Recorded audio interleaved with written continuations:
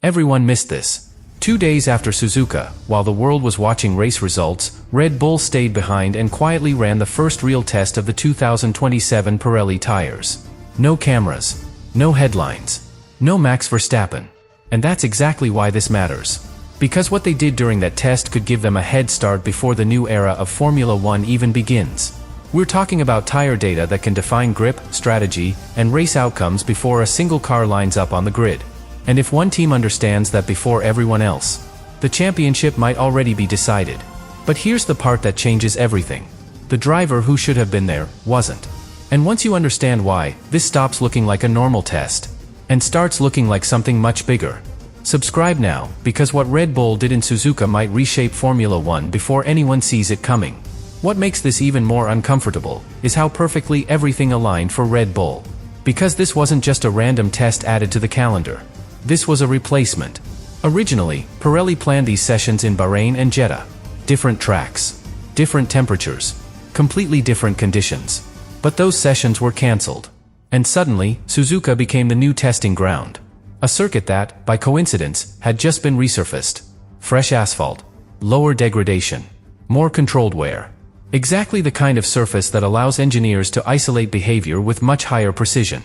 And that matters more than people realize. Because when you remove variables, what you're left with is truth. Pure tire behavior. Clean data. No noise. And in Formula One, clean data is power. But here's where things start to feel even more deliberate. Red Bull wasn't just present. They brought two structures into the test. The main team. And their sister team. 2 cars. Multiple drivers. Different driving styles. More laps. More comparisons. More data points. And suddenly, what looked like a standard session becomes something much deeper. Because now you're not just testing tires. You're mapping them. Understanding how they react to different inputs. Different loads. Different approaches. And that creates something incredibly valuable. Correlation. The ability to predict behavior before it happens. But that's not the part most people missed. The real detail is what happened during the rain. Because when the track was completely wet, most teams would treat it as a limitation. An obstacle. Something that delays the real work. But here, it became an opportunity. Extreme wet tires. Cold conditions. Low grip. These are the hardest scenarios to understand. And yet, they reveal the most. How quickly a tire reaches temperature. How stable it is under stress. Where the limit really is. And once you understand that limit, you can push it? And that's exactly where things begin to connect. Because if Red Bull gathered detailed data in the most unpredictable conditions, then when conditions become normal, they're already ahead. They're not reacting. They're anticipating. But here's the question no one is asking. Why was Red Bull so willing to invest this level of effort into a future regulation? A future that is still not fully defined. A future that could still change. Unless they believe it won't. Unless they already have indications of where things are going. And this is where the story quietly shifts direction. Because once a team starts working with that level of confidence, it usually means one thing. They're not guessing. They know something others don't. And if that's true, then Suzuka wasn't just a test. It was a preview. A controlled environment where one team may have taken the first real step into the next era of Formula One.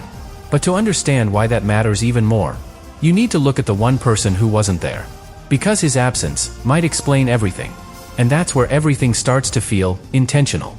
Because Max Verstappen wasn't just absent. He chose not to be there.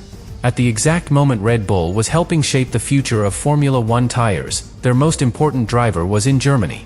Different track. Different car. Completely different world. And that decision carries weight.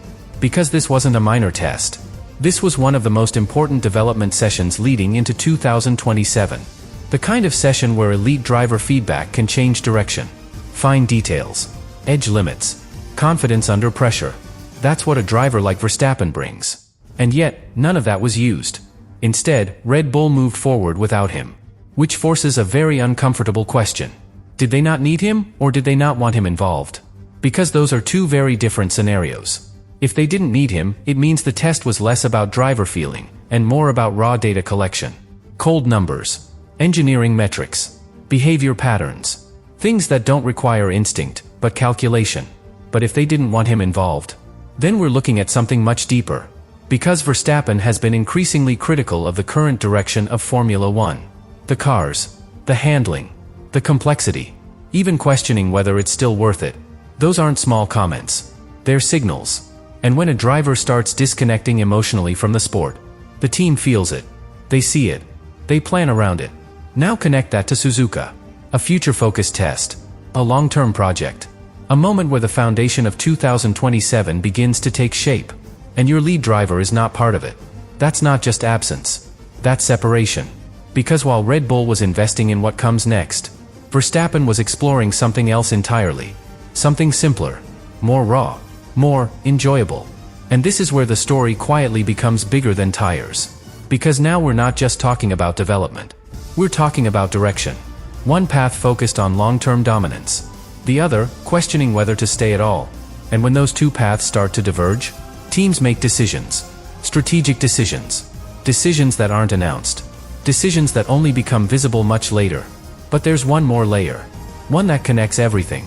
Because if Red Bull is preparing for the future without fully relying on Verstappen, then Suzuka wasn't just about gaining an advantage.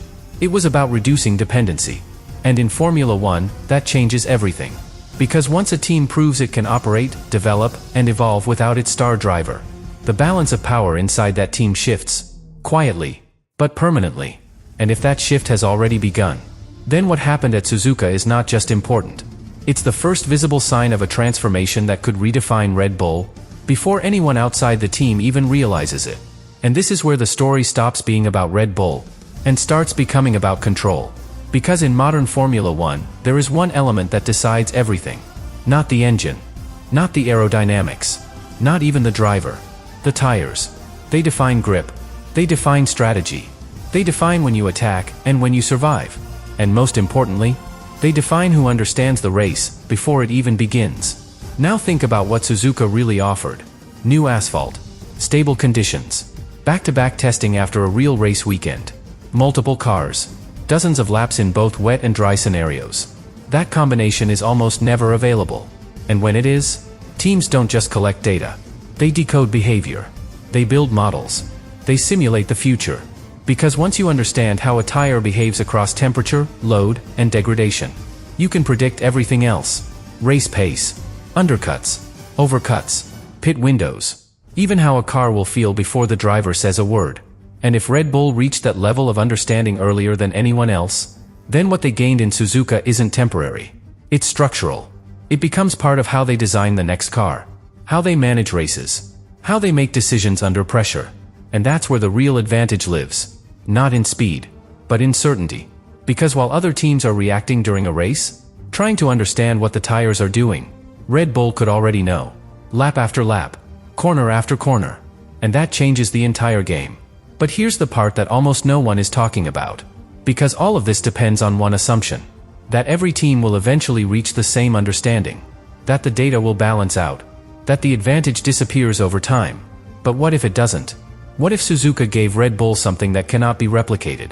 Because timing matters. Track evolution matters. Context matters. And those exact conditions, that exact moment, will never exist again in the same way. Which means the data collected there is unique, locked to that moment in time.